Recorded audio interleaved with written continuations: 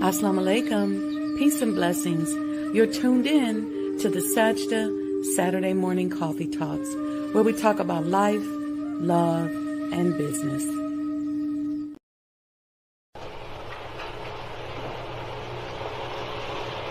O Allah, guide me among those whom Thou hast guided aright, and preserve me among those whom Thou hast preserved, and befriend me among those whom Thou hast befriended. Bless me in whatsoever Thou dost grant me, and deliver me from the evil of what Thou hast judged. Surely Thou judges, and none can judge against Thee, and he whom Thou befriendest is not disgraced. Blessed art Thou, O Lord, and exalted be Thee above what they set up besides Thee. I bear witness, nothing deserves to be served besides Thee, and I bear witness that Muhammad is Thy servant and apostle. Amen.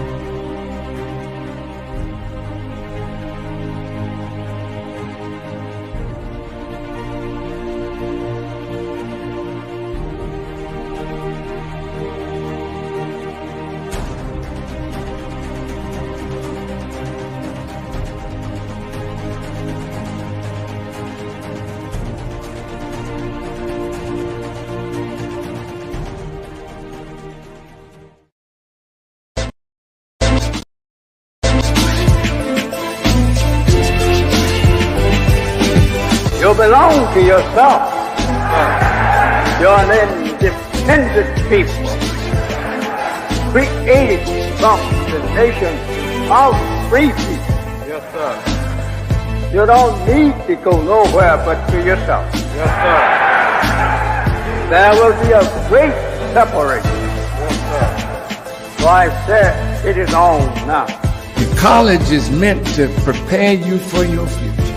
That the time dictates that if we don't do something for ourselves as a people, we will be destroyed. And the aim of the enemy right now is to take us out. We have God with us. We have Him as our guide. Yes, sir. We don't have to stand around here and ask the question, what must be done? Yes, sir. And let's go and do something. Yes, sir. We cannot sit down. We cannot lay down. Yes, sir. We must get up. Yes, sir. And go to work. Do you know what real joy is in life? Visioning something and bringing it into reality. That's real joy. Do you know what the next step in joy is? Behold how good and how pleasant it is for brethren to dwell in unity. Tonight, you need to fasten your seatbelts.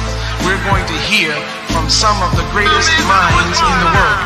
I don't know about you, but I'm tired of trusting our future and the future of our children into the hands of those who don't love us. I believe we need to revitalize black leadership.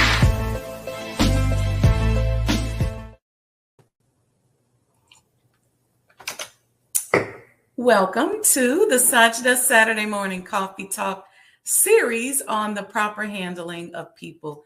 This is based on the book and subject taught by the Honorable Elijah Muhammad, and I am applying it here to entrepreneurs and leaders in the world of business. We are now in week 2. This is episode 2 of the series. I'm your host, in case you didn't know, Sajdah Wendy Muhammad. I'm an international business and real estate developer and consultant and an urban historic preservationist. The mission of my brand is to help those of us in marginalized communities to become happier, healthier, wealthier, and to experience more love.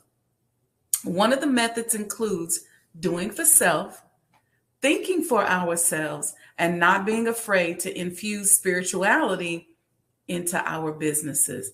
I've spent my entire life in business. I've built and managed over $500 million in projects and professional business endeavors, both in the corporate world and a few for myself. I recently added new services to my portfolio that include work in the preservation and hospitality and tourism industry. And my greatest venture is the development of the Honorable Elijah Muhammad House Museum and the renovation and restoration of his home. We are working towards the completion of the museum. The finish line is in sight, and we are in a fundraising phase of the project. So to become a sponsor, send us an email, sajdahhouse@gmail.com. That's SAJDAHHOUSE@gmail.com.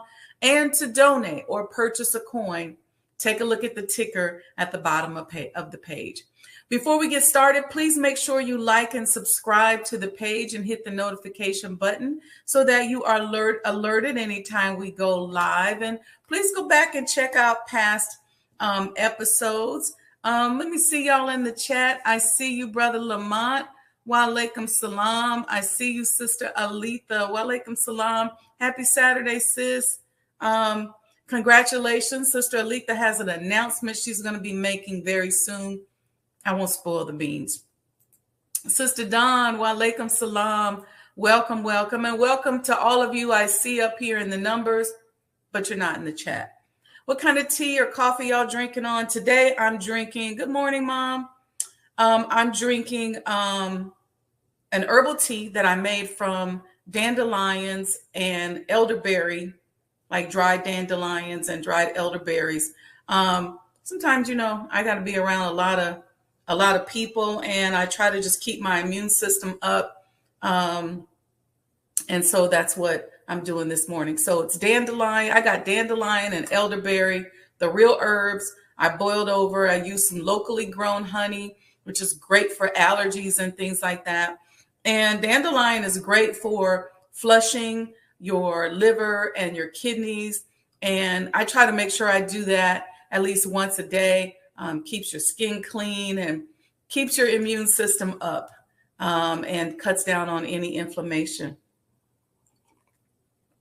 All right. Okay. So welcome, everyone. This topic really had me emotional this morning because people can be so mean. And unfortunately, many of us are so traumatized by life that we think being mean is synonymous with being a good business person, or we think it's synonymous with being smart or intelligent. We can't even imagine being nice or supportive and being successful because we still see business and success through the eyes of an abuser and a predator. See, we think the definition of being a boss or a leader is like being a taskmaster or a slave master or a hard driving person, or we think that having money means we have to be hard-hearted. We're so elementary in our understanding of business and money. And this is my effort to kind of help bring us out of some of that. Because, you know, it seems as if with the onset of the internet and automation, that customer service went out the window. Let me know in the chat if you know what I'm talking about. It's like customer service don't even exist no more. People don't even think that they have to be nice anymore. And many companies automate everything. It's so bad that sometimes you get better service from the automated system or the chat option than you do from a real live human being. Then, of course, everybody's outsourcing many services. So you're dealing with, if you're in a company, your HR personnel, or if you're a customer, sometimes even the customer service, you're calling somebody in another country who really is struggling with the language. It's a challenge. So proper handling of people is a niche that I think people will begin to crave, especially as we move into this automated world. Yeah, I agree with you. Walaikum salam, Brother Victor. So humans are social beings. Did y'all know that? We're social animals. And human interaction is important because it trains our brains. It improves our memory formation and recall and protects the brain from neurodegenerative diseases. Social support from family, friends, and community is associated with happiness, fewer health problems, and longer life. A lot of people say, well, you know what? Sometimes my family hates on me, and why does it hurt so bad? I certainly know that reality. It hurts because we're social beings, okay? And conversely, a relative lack of social ties. So if you have no social ties, it's often associated with depression, and later in life, it could be the cause of cognitive decline and increased mortality. According to a study by the American Cancer Society, social connections can offer a number of mental health benefits, such as boosting your mood, reducing stress, and improving self-esteem. Another research suggests that social isolation can contribute to depression, insomnia, and cognitive decline. In fact, social isolation was found to be more harmful than even obesity and smoking. Connecting with others is critical to our survival as a species. So if we have to connect with people in order to live, to move, and be healthy, then properly handling people can give us an edge as leaders and as entrepreneurs. There are many social problems that arise when we do not properly connect with and handle people.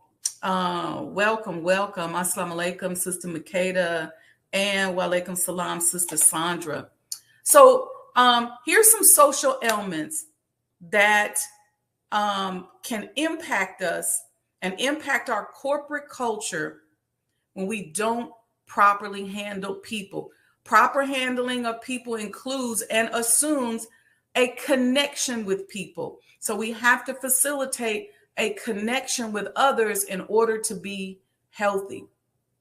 And when we connect with other people, we have to know how to handle them. That includes dealing with our traumas. That includes being empathetic. That includes paying attention to what's going on. So let's talk about some of the problems that exist within ourselves and within our corporate cultures when we don't properly handle people. I got 6 of these that I wrote down. Number 1, properly connecting with and handling people is tied to our own personal well-being and our ability to connect with our inner self.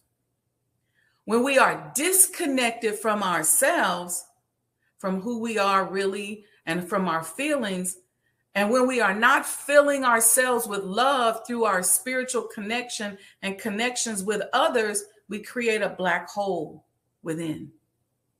The black hole we've created through our self-abandonment is what that is. It becomes like a vacuum, trying to pull love from others. It's like internally we want the love, but we don't know how to treat people. We become needy, and this neediness tends to push people away. So we end up feeling more unloved. The second social problem that comes from not properly handling people is failed relationships. Proper handling of people can improve our professional and our personal relationships. When we're in business, we have to have relationships with our customers, with our employees, with our vendors, with the community. It's a relationship business, if you will, no matter what industry we're in. Okay. Then there's depression and loneliness, which can set in when we don't properly handle people. Depression is a huge problem in our society, and it's gotten worse since we've become more disconnected with one another. While there are many causes and feelings for depression, one of the causes is disconnection from self and others. Another cause of depressed feelings is social isolation and the resulting loneliness, which is often one of the results of disconnecting from ourselves and then being unable to connect with other people because we don't handle people right. Okay. Then there's the physical illness. See, physical illness can be caused by not properly handling people. Did y'all know that? Because stress is a major cause of illness. When we live our lives disconnected from others, not listening to or taking care to love of our feelings or love others, just disconnected from our personal source or guidance, love and comfort, we can't manage stress well. It's a self-abandonment that causes anxiety and stress. Sometimes when we self-abandon because we give up connections with others, we're just into our phone and social media, it causes anxiety and stress. It activates what they call the fight or flight response. And we've talked about that. And it also increases negativity. It has a negative effect on our immune system. Here's the last two. Addiction. Do you know that a lot of addictions come from not properly handling people? When we have not learned how to connect with our feelings and with the love and comfort of our spiritual guidance and interacting with others, we often turn to addictions as a way of managing painful feelings and trust issues. And then lastly, look, violence can be initiated when we don't handle people right. I think we all know that. Disrespecting somebody can even lead to murder. When we have not learned how to fully feel our painful feelings and manage them, listen, some people result in violence. And we see that all too many times in our communities. Okay, we're going to take a quick commercial break. We're going to come back and jump right into the proper handling of people. We'll see you on the other side.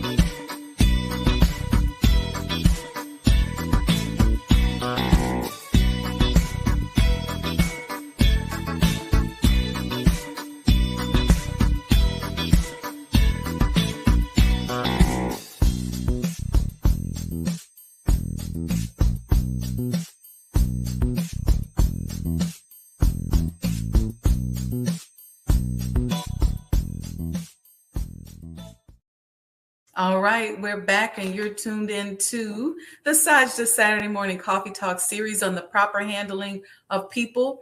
The goal is to improve our leadership abilities as entrepreneurs. Now let's get into chapter 2 of the proper handling of people.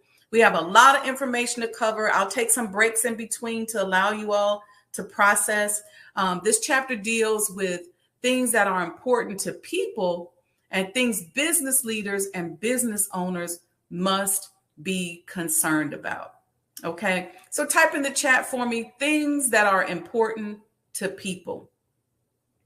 For something to be considered important to a person, it means that it is something that is of great significance or value, likely to have a profound effect on success, survival, or well-being.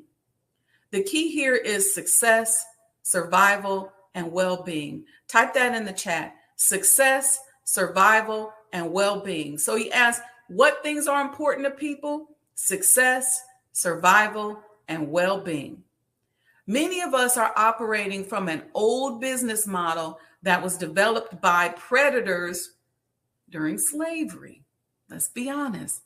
We run our businesses with little or no concern for the success of our employees. We don't even care about their hopes, dreams, or whether or not they even feel successful. We restrict their success to how well they perform their duties for us, right? It's a very egoic approach to dealing with those that we are in charge of. Then we disregard their desire to survive. There's spiritual survival. Sometimes we kill people spiritually because we're so mean and so dismissive. Sometimes people can't survive financially. They can't survive. So we have to think about those things. What are those three things? Success, survival, and well-being. Okay. And since we don't often care about their individual survival, because we'll just move around as if they don't like how we handle them, we could care less. They perform their jobs from a vibration of insecurity, which means that they're disengaged. And then let's talk about the well-being of our employees. We want them to be well so that they can show up and make us look good, but we don't care beyond that. And then they're in a mental and physical state of feeling uncomfortable, unhappy, and unhealthy. Now I know what you're thinking, because like you, I had to fish for employees in a pool of people who are victims of predatory capitalism. So they are not of the mind to expect or even respect this type of interaction with you and I. They come to get a paycheck and to do as little as they possibly can for the check they do receive. Sometimes they steal resources like time or other items and feel entitled to do so. And they are disengaged, simply going through the motions. You all have heard me talk about the fact that disengaged employees cost us a lot of money. I did an entire podcast on this. Let me give you one quick fact. Disengaged employees, or people who are disengaged in the organization, who are less committed to their jobs and the company as a whole, they tend to have an apathetic attitude, and they show it in their work by underperforming or by doing the bare minimum work requirements without enthusiasm. And then they use deceptive intelligence to justify why they're doing the bare minimum. Is the staff you work with disengaged? They're just being phony in order to get a paycheck, in order to just say they check the box? Though apathy and indifference are usually key indicators of disengagement, there are more telling ways to determine whether employees are just going through the motions or seeking employment. Let's talk about this a little bit. Disengagement may be caused by a lack of recognition, a lack of feedback, communication, work flexibility, employee development, trust, teamwork, control, autonomy. These are all things that make people become disengaged. Okay. There was a Gallup poll. Gallup has estimated that employee disengagement costs the overall U.S. economy as much as $350 billion every year. That complacency is costing you and I. It's costing our businesses. It's taxing our organizations. How much? According to Gallup, disengaged employees have 37% higher absenteeism, 18% lower productivity, and results in 15% lower profitability. When that translates into dollars, you're looking at the cost of 34% of a disengaged employee's annual salary, or $3,400 for every $10,000 they make. This is why the proper handling of people is so important. See, when you have a process or technique that you use in order to deal with people, then your professional intuition is heightened and you will make better hiring decisions. In other words, you will choose better employees and you will make better management decisions. And it allows us to kind of get into the person a little bit and come up out of ourselves so that we're not so hard and so focused on what we want. Many of us as leaders are dealing with institutionalized people. And being institutionalized is often restricted to people who are imprisoned or incarcerated. But corporations, nonprofit organizations, religious organizations can breed institutionalism within their culture. It all depends on the leadership. When a person is institutionalized within a particular institution or corporate culture, it often becomes difficult for them to live and think outside the institutional context. Through institutionalization, people get used to definite norms. They behave in a patterned and expected way, and their actions become predictable and regular. So leadership that's not good at leading wants everybody to kind of march the same way. And there are synergies that we have to have within our companies, but we want people to think outside of the box, think outside of the organization. This causes them to become lazy and ultimately disengaged until we as leaders design and direct their next move. They'll just sit there. Have you seen employees like that? Where you're like, did you not just see this trash in the floor? But they waiting to see, well, that ain't my job. That ain't something I'm supposed to do. Maybe somebody else is supposed to do it. This is extremely detrimental to the growth and expansion of the organization, because that means that the owner or leaders have to do all the thinking. We're not developing leaders when we lead like this. When we run our businesses and organizations from a space of fear, we're just demanding institutionalization.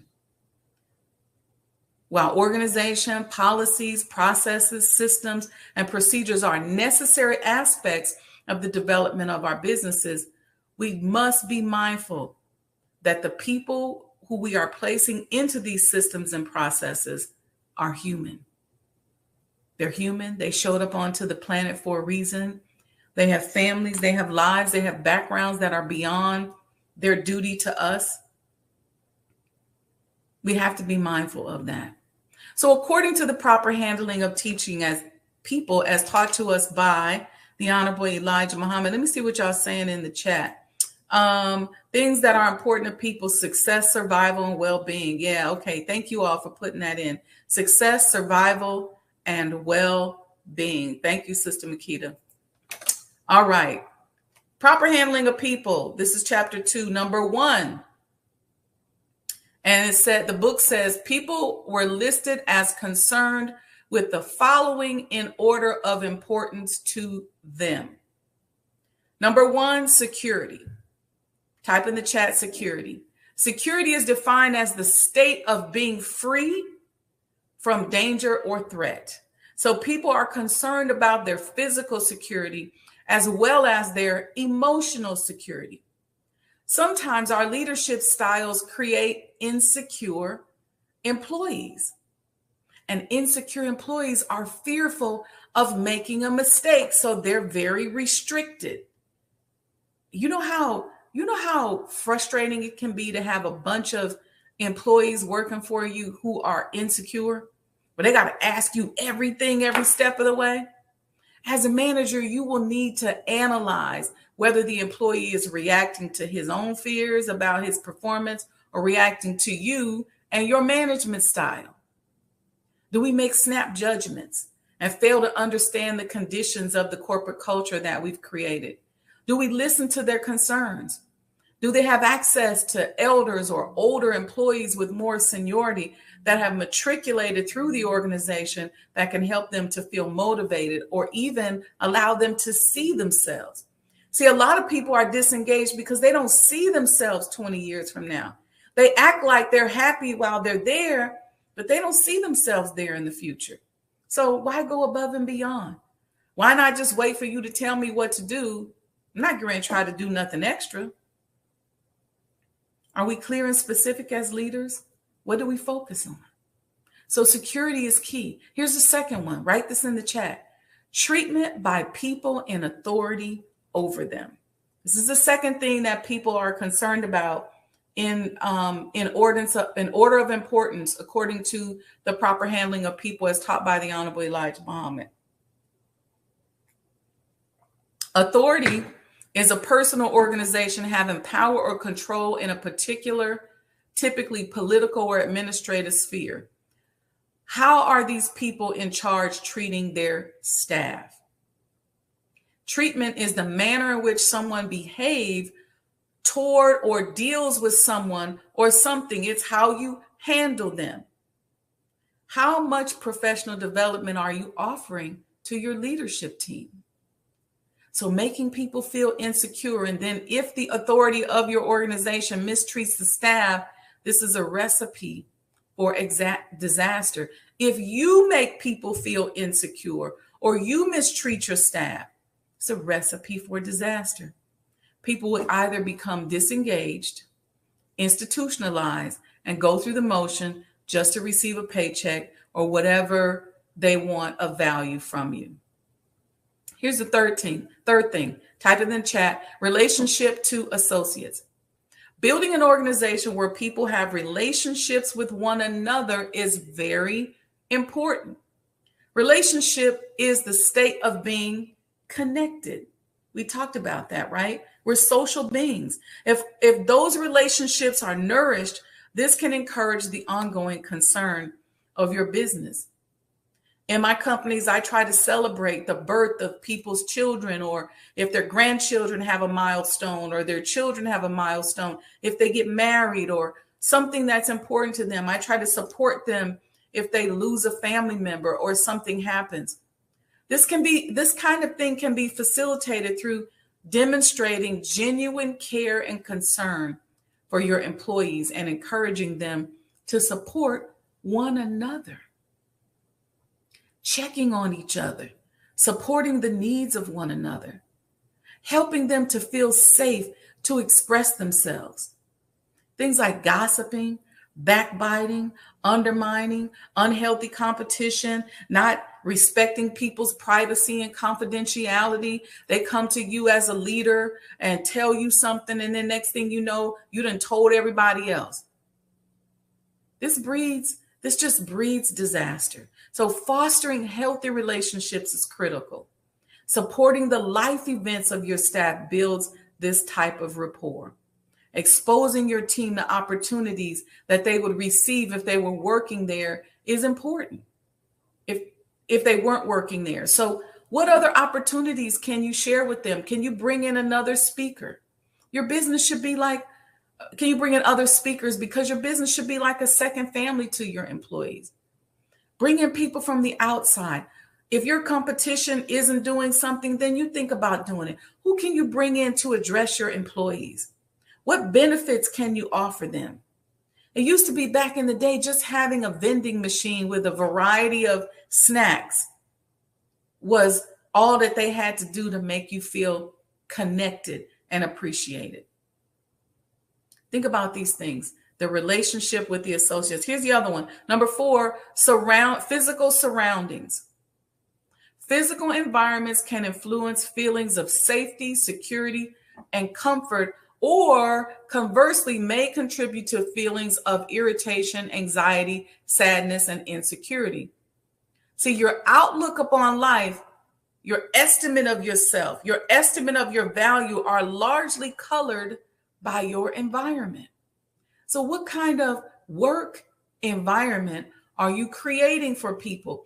And even if it's not a physical work environment, what is the virtual work environment that you're creating?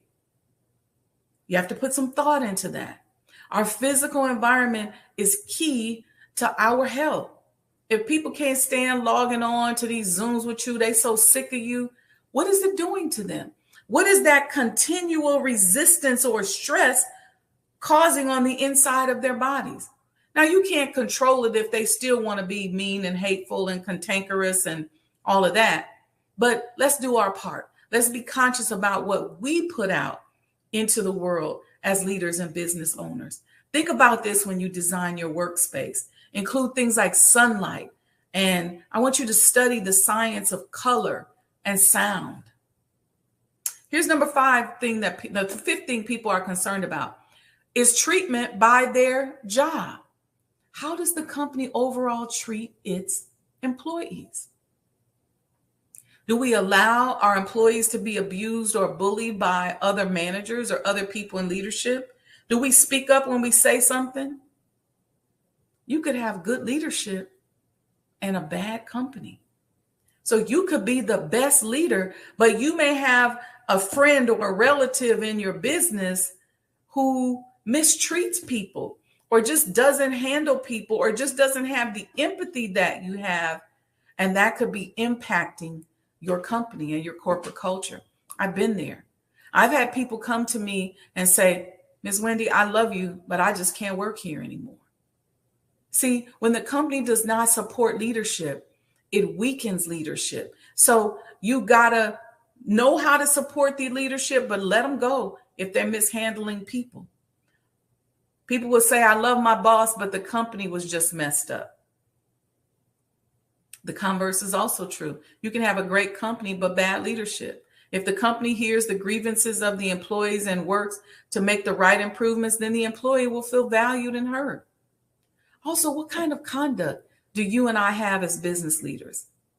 As a business consultant, we often had to evaluate the corporate culture and the leadership or the tone at the top. Let's talk about corporate culture for a second. Corporate culture or organizational culture, because I know some of you are running nonprofit organizations.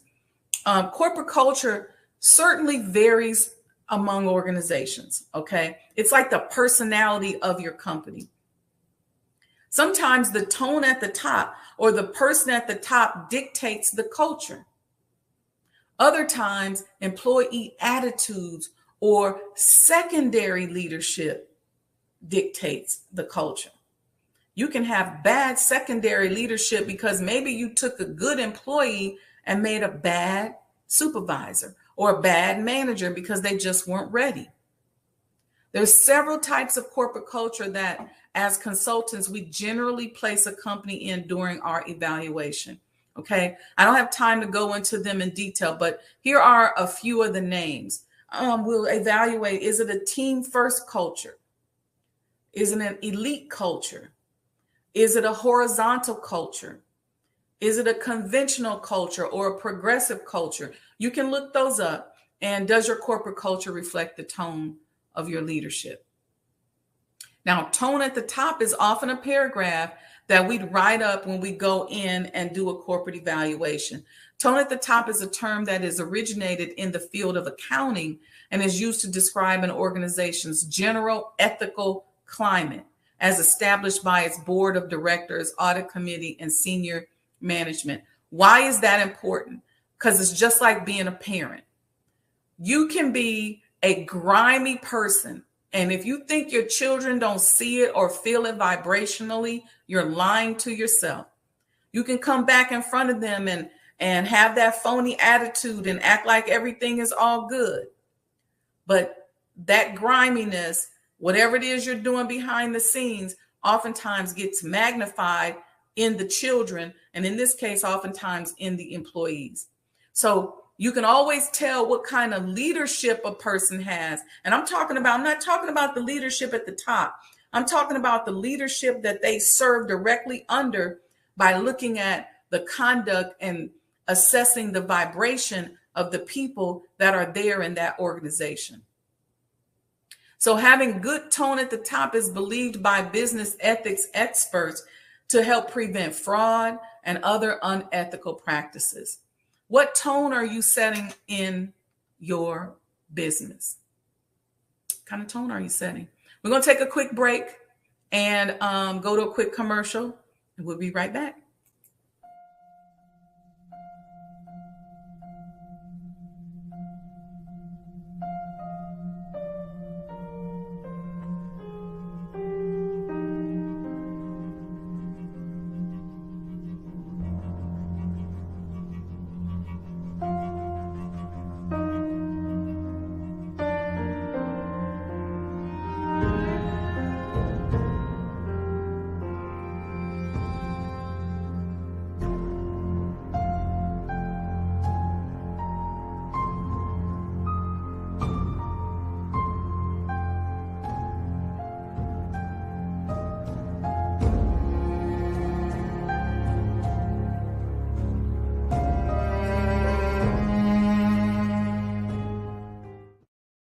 We're back, and you're tuned into the Sajdah Saturday Morning Coffee Talk, where we talk about life, love, and business. And today is episode 2 of the proper handling of people. And we're going through the things that are important to employees. And the 6th one that we're going to cover is compensation. People care about compensation. And compensation is not always money, right? It's perks you get on the job. It's the image the social image you may have as a result of working with or for this person. And then, of course, it's compensation. It's one thing to make a lot of money, and I've been there making a lot of money with companies, and then just be treated like crap. And then there may be times where you take less money, but you have less stress. We live in a society that forces people to care about compensation. It costs money to live. And in this country, those without money are often treated like criminals. Compensation is tricky.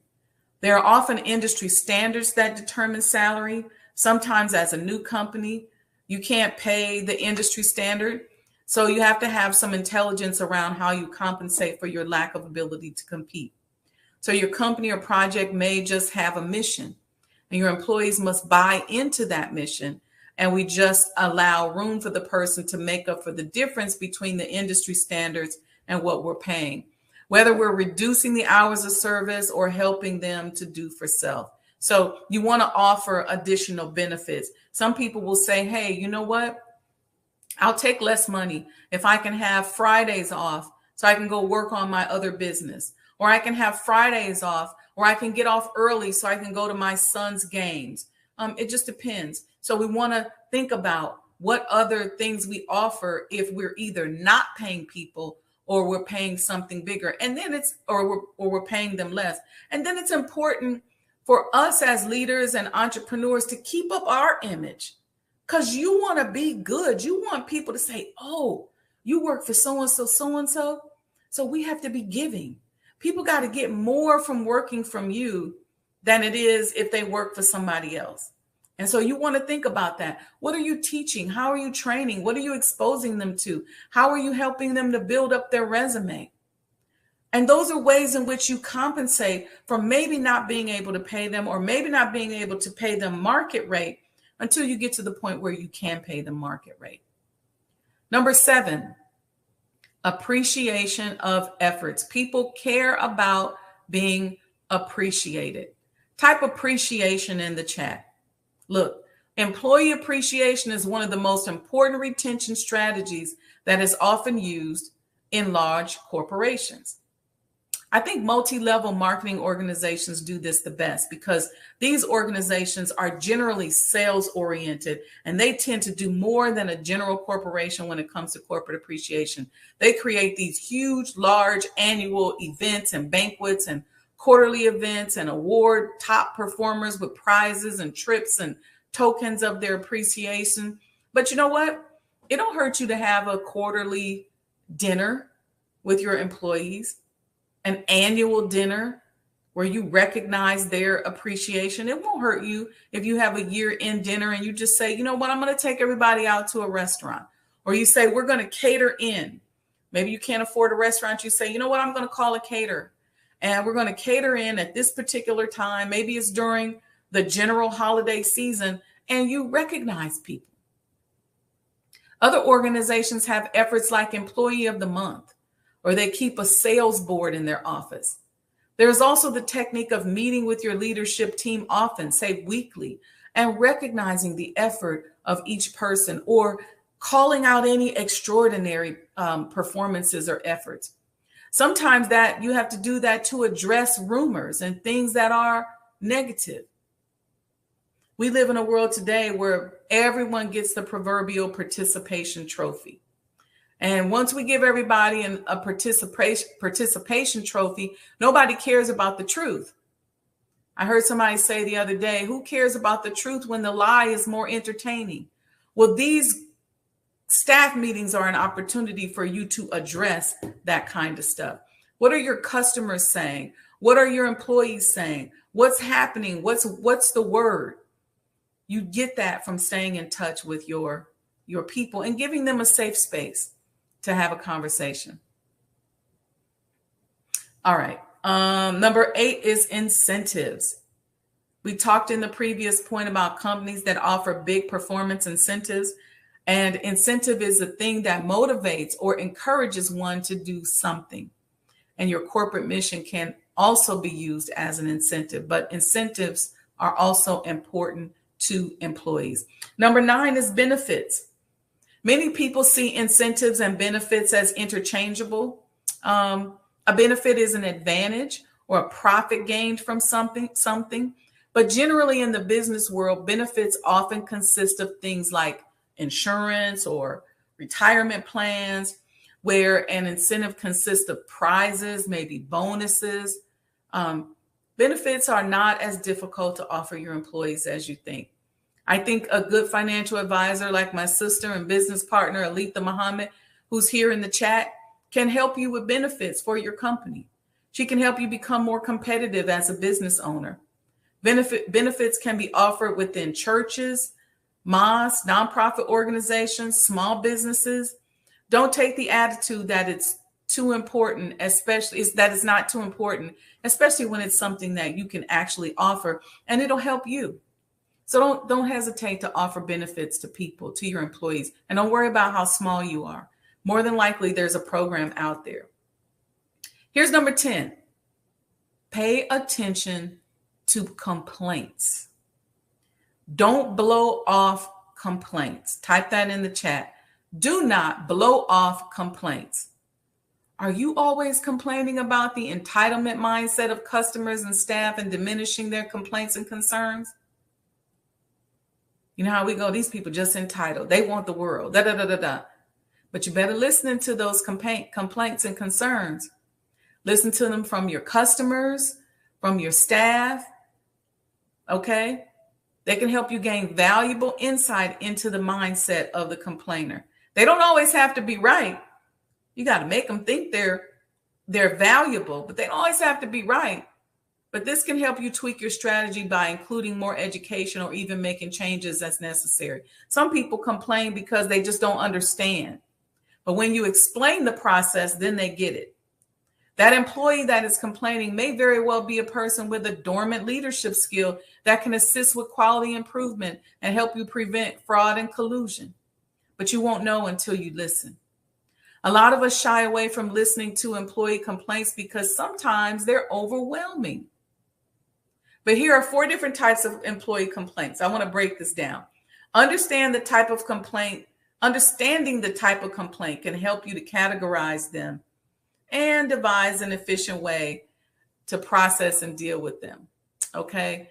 So I want to spend a little time on dissecting complaints. Okay. According to Harvard Business Review, different types of complaints, okay, have different underlying intents, both conscious and unconscious, and downstream effects when faced with complaints from employees. There are people who are productive complainers. Type in the chat, productive complainers. Productive complaints are made with the intention of bringing to light and improving an undesirable situation. So they're productive, but they're complaining. They want to help you improve it. Productive complaints are referred to as voice. A lot of corporate people say it's a voice. It's the voice of the employees or the voice of the culture. Okay. And they can give you valuable feedback that's necessary to change or tweak practices or behaviors that are harming the organization and to improve processes, products, and services. For example, employee complaints about a lack of natural light, for example, in the office. Or let's say you're just giving them an unsustainable workload. Or let's say you introduced a new product or service that's just not functional. Or let's say there's another team member whose behavior is just inappropriate. They can highlight potential problems and generate ideas for positive change. That's what a productive complainer does. And to a manager or a leader who's willing to listen, productive complaints can offer valuable information and highlight problems that need to be addressed early before they spread through the organization. See, when we don't address problems, it becomes like a cancer. That's a whole nother conversation. Another form of complaint is venting. Y'all know what venting is? Venting is an emotional form of complaining where the individual, oftentimes vigorously, expresses their dissatisfaction about someone or something to others. The typical intent behind venting is to release bottled up stress or frustration, or to seek allies, for example, to simply feel heard and acknowledged, or generate support and buy-in for a particular issue.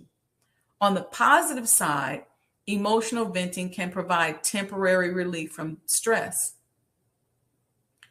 Suppressing negative emotions keeps our physiological activation high, which can have negative cognitive and health effects, such as increasing our chances for cardiovascular disease.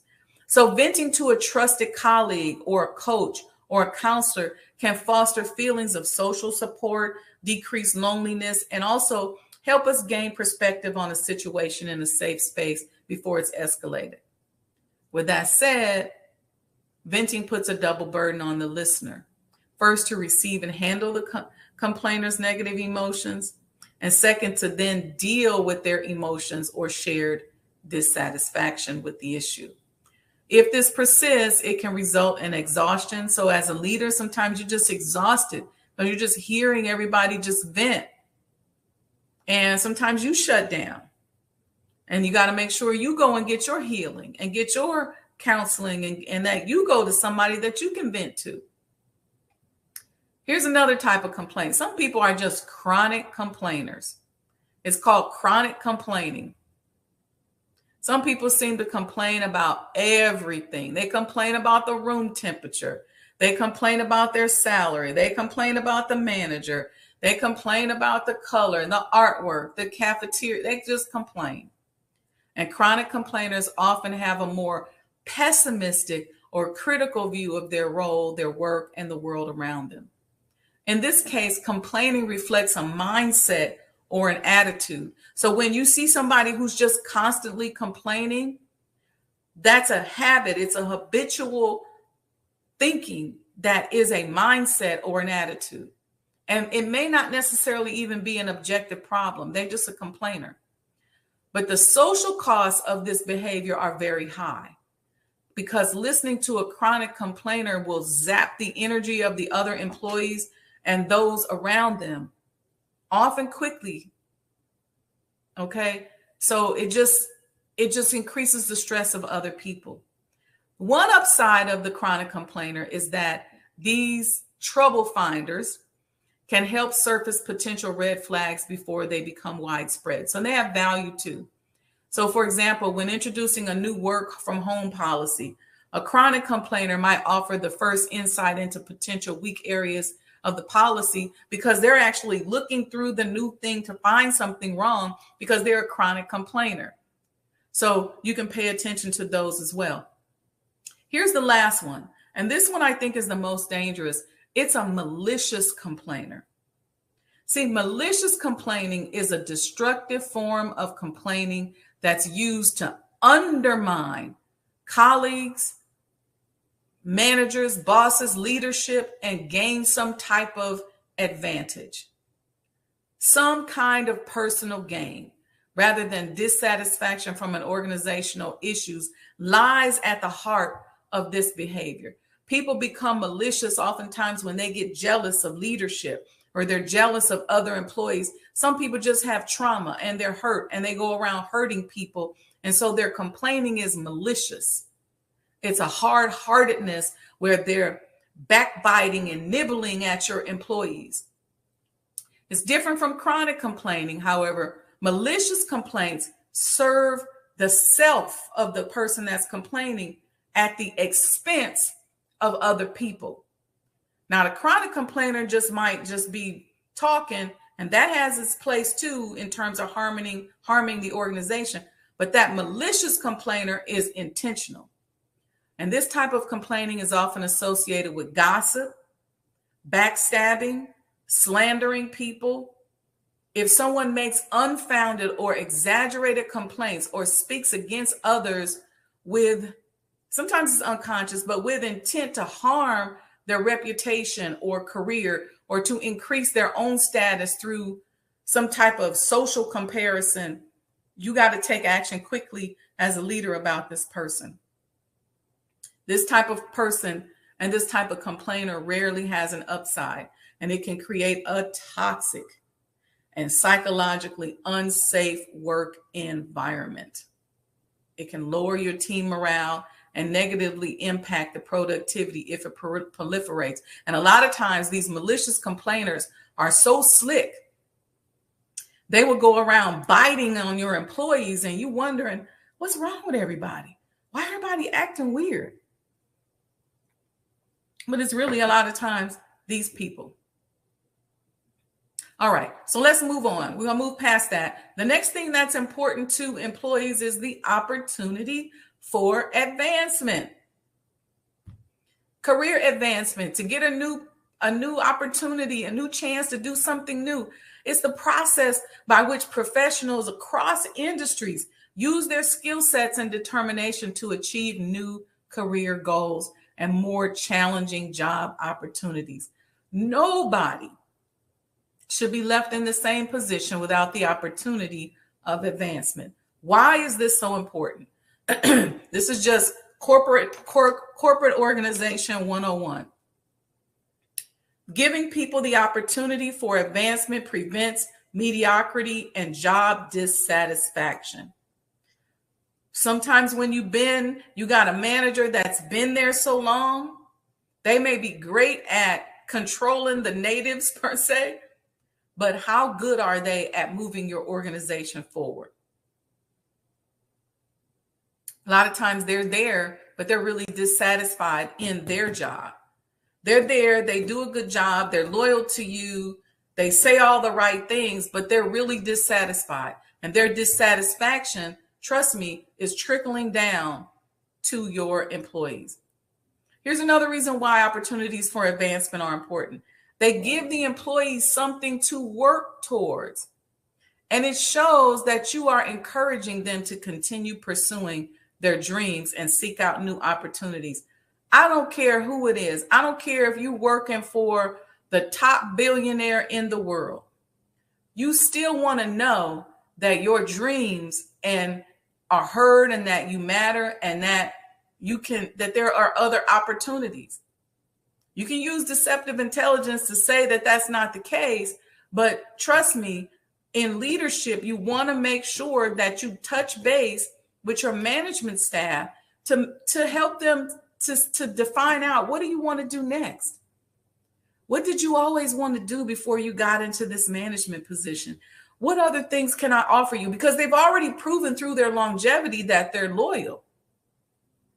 So it's not going to hurt you to maybe move them into something else. Here's the other thing that opportunities for advancement does. It allows them to increase their salary or compensation. So if they produce more, you should be able to give them more. It also prevents the organization from becoming stagnant. You see, you got the same old manager, the same old people doing the same old thing year in and year out.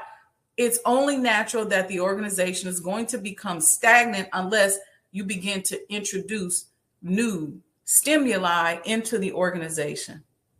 And how do you do that? Sometimes your mission may stay the same. So we're not talking about you changing your employee mission. Maybe the products remain the same, but what do? Maybe give them new things to look forward to. Help them to inject new energy into the organization. What's next? What do you want to do? I know you've been here 30 years, but what's important to you? I go into companies sometimes and they say, oh, this is my manager. She's been here 27 years. And there's some sister in the back. She looking all tired. She there. She going to show up on time, but she don't have a lot of enthusiasm. She's kind of a Debbie Downer. She's nice, but she's just not uplifting. And sometimes that's a source of stagnation. They're there. They're consistent, but they're tired. They don't necessarily want to be there. Why are they tired? They got enough rest last night, but it's because they probably got some dream, some desire, something in their head that they want to do. And as leaders, we got to be able to recognize that. And even I would say for us as people, we work in a company like that and we've been there for a long time. You should be trying to put something new in the mix. You should be thinking about, what do I want? What more do I want? What did I show up? See, this kind of thing is that creates jealousy. Because you got that person, that manager in the kitchen, for example, the cook staff they've been back there frying them pancakes for you for 30 years.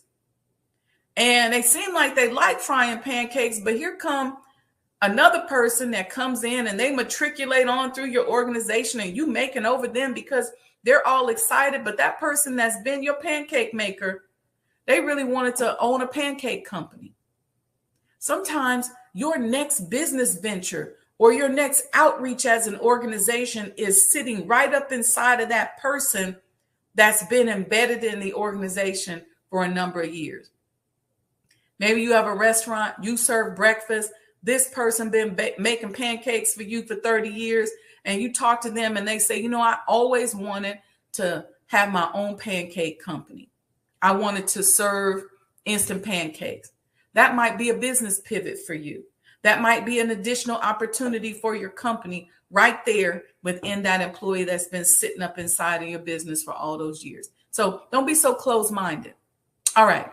And the last thing that are important to people, according to the proper handling of people, is the opportunity to make suggestions. The opportunity to make suggestions. And look, before I even talk about this, I know sometimes y'all say, look, I don't want to hear it. Trust me, I have a project, the Honorable Elijah Muhammad Museum, where everybody got a suggestion.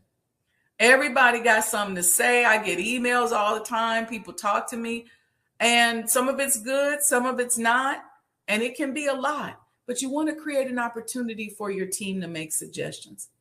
Sometimes people have suggestions and they're good ones. Sometimes their suggestions are just a way to couch complaints. Sometimes their suggestions are just a way for them to express that they appreciate what you're doing in your business and they wish they could have done it. Oftentimes they aren't privy to some of your other strategic components. So they're complaining, but we only see things from where we are. So they're not privy for the other strategic components that you've incorporated into your calculations. You might be moving a certain way because you got a whole bunch of other things that you got to consider. And you don't necessarily want to share those hidden influences. But depending on who the person is, you may want to sit them down and say, hey, here's some of the things that I have to consider as I'm making certain moves. So while you're seeing me and you may be complaining about me, or you may feel like you got all these suggestions, let me help you understand where I'm coming from and why this is important. Because in business and with any project or organization, there's always stuff happening behind the scenes that you don't see. All right. Before we go into this last part, I just want to check in with y'all. Let's see how y'all doing. Let me give y'all a quick break. Or do y'all want to keep going? We only got a little bit left. So it's just a few more minutes and we'll be done. I know we're going over today, but this is an important subject. The last thing in the proper handling of people, it says, what are the things that laborers or business owners in this context should be concerned with? Number one, what should you be concerned with as a business owner when we kind of talk about the proper handling of people? What additional things should you be concerned with? Job progress. Okay. The leaders of your business and even you should be concerned about progress. How are you progressing as a business owner? What factors are indicators of progress? Things like, how's your revenue? How's your customers feel? How many units have you sold? What's the attendance like? How are people matriculating through the organization? Number two, how to do your job. Congratulations to those of you who have listened to this entire podcast, because we should always be learning and searching for ways in which we improve how to do our jobs. That's what we should be concerned about as business owners. Number 3, what are your plans and results? So what does our bottom line look like? And does your leadership understand the correlation between the behaviors we just discussed and the mission? And lastly, people, you should be concerned about recognition of achievement. Think about recognizing not only yourself, but people for what they've achieved. You can give them credit for doing a good job. You can advance them. You can just have good relationships with people. You can show them that you consider their job to be important. Okay, so that's chapter 2 of the proper handling of people. Stay tuned tune in next week for episode 3. I'll put together some videos and some stuff for us to just consider. Let me know in the chat if you enjoyed this, if you like this series, if you got anything out of it. This is one of those ones that you may want to go back.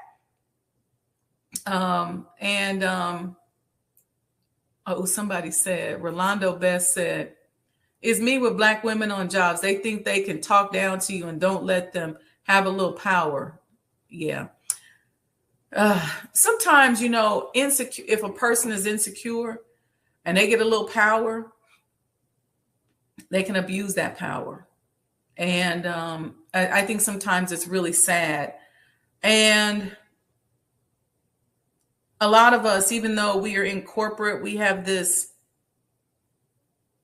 sort of way in which we think we have to, this is for us sometimes as women, we think we have to mimic men in business. And when we mimic men in business, a lot of times it's white men in business that we're mimicking. So we mimic the abuse, we mimic the boss up, we mimic the masculine behavior, and it becomes like a Trojan horse, Rolando, to those of you who are looking at us when we act like that. Because when you see us, you're thinking, you should be thinking, okay, it's a sister. She seemed like she's gonna be cool. But when you meet us and we open up and we act like these masculine, hardcore men, that's not good. There's ways that you can boss up and keep your femininity. You don't have to have an abusive mentality in order to boss up. You can say no with a smile. You can handle people properly and still support the mission of the company. So this is something I hear a lot of brothers make that complaint, that oftentimes, and sometimes the sisters, we think, well, no, they just got a problem with me as a woman. Sometimes they do, but sometimes we got a problem because we think we bossing up by having an attitude and being negative and just being mean. I work with sometimes women in different organizations, and let's say we do a 3-way or we go to a restaurant, I'll hear the snippiness and the attitude with people. Well, no, I want this, and no, I got to have it this way. Or no, you're not going to tell me what to do. There's just all this declaration. When I get on the phone with you, I already know that I'm in charge of me. I already know that you're not going to tell me what to do. And so even if you think that's what you're doing, I don't have to act like that. I don't have to come up out of myself. I can still be me and still be open and affirmative, and I can still be a boss. You don't have to act like a jerk in order to be a boss. Okay. It's important to properly handle people. And I guarantee you those people who are acting like that on a consistent basis, they're not happy. They're not happy. They're using deceptive intelligence to justify that. They're mimicking, they're acting out of trauma, and they're mimicking people who have abused them or people that they've watched in business. But it's not necessary. So thank you for that. Thank you so much for that. Okay, y'all. I'm glad you all like it. Thank you all for giving. this great feedback. I really appreciate it. So stay tuned. Hopefully you all have all liked and subscribed to the page. Don't forget, don't chip and dip me. Y'all see the Cash App going across the bottom. We're giving you information, and generally, I just saw somebody the other day that was charging like $499 per episode for a series on customer service, and we're giving you top level information. And I guarantee you 9 times out of 10, they don't have the receipts that I have. Sister Makeda gave a long, she said, thank you for sharing. I also enjoyed your short video on the spirit of contentiousness that I believe coincides with this message on the proper handling of people, because this guide of sincerely implemented will help us to destroy that spirit of contentiousness that our beloved brother Jabril spoke on. Thank you for helping to resurrect the dead in all of us. Wow, what a beautiful compliment. Thank you, sis. Thank you, thank you, thank you. All right. Thank you for subscribing. Thank you for loving the vibe. I appreciate y'all. Look, this is all about us just sharing information. I had somebody tell me, I had a little event around my birth anniversary, and somebody I ran into yesterday said, man, the vibe at that event, the conversations that was happening around that table were fire. And I said, I cannot wait to replicate what we do here in person. So we just want to create these beautiful, safe environments for us to learn. So, all right, you all, enjoy your Saturday. Do something good for somebody today. Don't chip and dip me. Support the Honorable Elijah Muhammad House Museum, or just go to the Cash App and support the platform and the network. Y'all see it going across the bottom, how you can support the museum. We're working towards completion, and we really, really need your help. All right, y'all. We'll see you all on Thursday. I don't know who the guest is, but we have a guest on Thursday, and we'll be back next Saturday, inshallah, for episode 3 of the proper handling of people. Peace and blessings. The Honorable Elijah Muhammad, who in my judgment is the master historian, taught us that of all our studies, history is the most attractive, and it is best qualified to reward the researcher. History is most attractive. Why should history be most attractive? Because history is the recorded time of the human family in its struggle to overcome obstacles. There is no life that is without struggle. The Holy Quran teaches us that man, meaning man and woman, is made to face difficulties. And after difficulty comes ease. But it is history that guides us through difficulty. For if you know how people who had difficulty yesterday got through, and if your difficulty is somewhat similar, then today we also can get through if we follow the guidance of history. This is why Carter G. Woodson and many of our black giants fought for black people to know our history. Because in not knowing our history, we don't have a guide. And without a guide, we are lost. No wonder the Bible...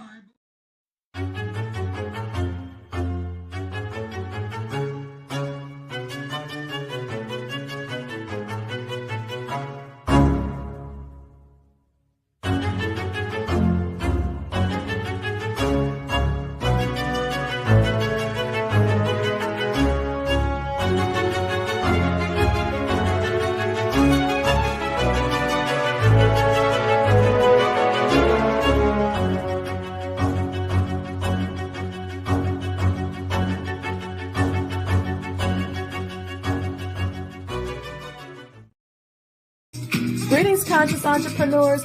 Add the Mind of an Entrepreneur show to your Roku TV lineup and catch up on past episodes of all your favorite MOEToday shows.